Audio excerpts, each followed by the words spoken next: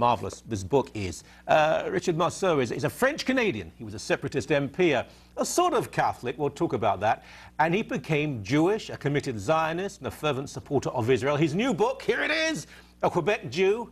Go and buy a copy immediately, well, after the show, and he joins us now. Welcome to you. Thank you very much for having me. Now, it's a little surprising in a way. I mean, I admire conversion. Genuine conversion I think is a wonderful thing. I came into the Catholic Church in 1985. My father was Jewish. Yep.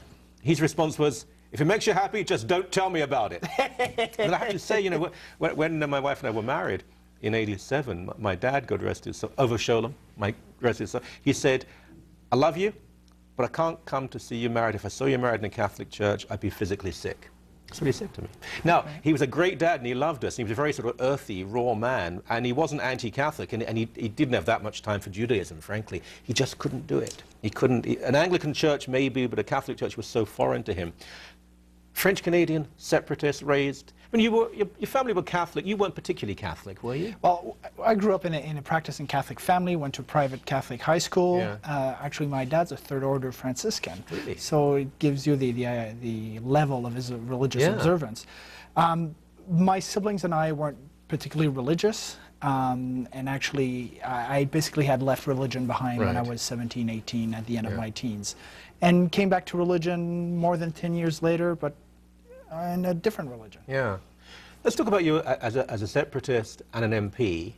What was the attitude within that context? I know it's a large community, but towards Jews and towards Israel. The same as English Canada, or is it radically different? Well, it's very different. The Quebec Jewish community is very peculiar in the sense that 98% of the Jews live on the island of Montreal.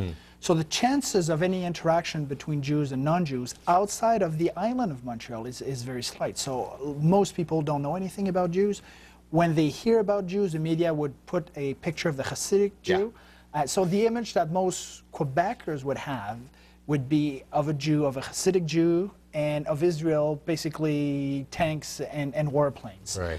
And the reality is so much different, as you know. And that's part of the reason why I've written the book. I wanted to explain to Quebecers in their own language, with their own cultural references, what Jews are, what Israel is all about, and what Judaism is. And I'm hoping that they will be able to connect with the story as I was born, a 10th generation French-Canadian Catholic in Quebec. Has that changed, by the way, with Sephardic Jews from North Africa, French-speaking? Has that changed the relationship at all? It has a bit, but Sephardic Jews tend to be very community-oriented. They tend to send their kids to Jewish schools more than the Ashkenazi English Jewish community in Montreal. So it changed a bit. Now 25% of Jews of Quebec are a French-Canadian maternal language. Right. 2/3 speak French now of the entire Jewish community. But there's still work to do. Okay. And I'm hoping that the Sephardim will get more and more involved into reaching out to French Quebecers. Okay. Now, we mentioned this just in passing before the show. Mordecai Richler, a very talented man in many ways, but what irritated me, he was writing about the Quebec, the Montreal of his childhood. It was anachronistic, long gone. That's a long time ago. But the question, and it has to be asked, is Quebec, are French Canadians, in your view, more anti-Semitic, less philo-Semitic, for example, than the rest of Canada? No, they're not. Quebec is not an anti-Semitic society. There is some anti-Semitism in Quebec, unfortunately. I think it stems mostly from the lack of knowledge of Jews. And we're seeing in Quebec, as well as across Canada, that the new merging, the new form of anti-Semitism, the form of anti-Zionism, and that's when it becomes virulent. We saw, for example, during the latest conflict in Gaza, in Toronto and in Montreal, there were demonstrations that were vile.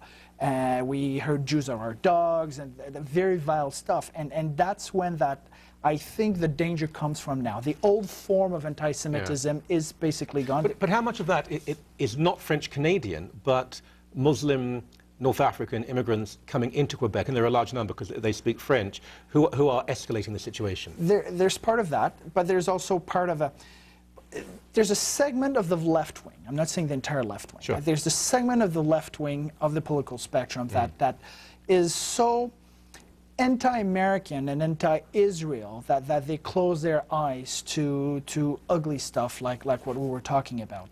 And I think that's where the threat is nowadays. And the fact that there's indeed a large North African population in Quebec makes the soil maybe more fertile to that kind of thing. Right.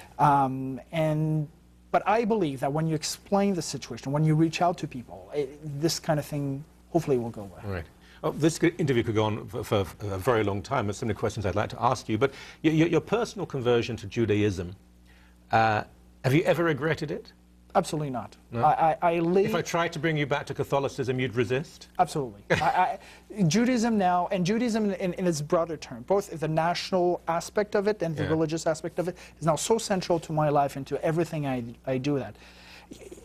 In Jewish tradition, it says that a Jewish convert was at Sinai when the commandments were given. And I do believe that when I converted, I came back home. That's where I was born to be. Really?